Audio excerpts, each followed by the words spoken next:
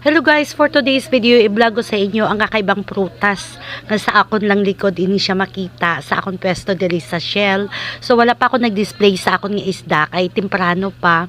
Pagtan-aw ko damo nagaliluto ang ginatawag na mulberry. Yes, dai, mulberry. Social, no? Mulberry ang tawag sini sa ini nga prutas. Kagdamo ini siya guys, dala nga vitamins ini nga prutas. Tara, watch this kung ano nga mga benefits para sa aton. Of mulberry. Kailangan ng katawan ang mulberry. Meron itong riboflavin, iron, potassium, vitamin K, calcium at vitamin C. Ito ay mga mahalagang sustansya para maging malusog at malakas ang ating resistensya. Kaya syempre, of course, happy gid ako kay Duro luto na ang mulberry. Kag guys, hindi nyo ko pag-agawan dya ha. Grabe gid ang benefits sini sang mulberry, antioxidant para sa aton nga lawas. Anti-cancer guys. So please, hindi nyo ko pag-agawan dyan sa babaw. Thank you for watching. Bye-bye!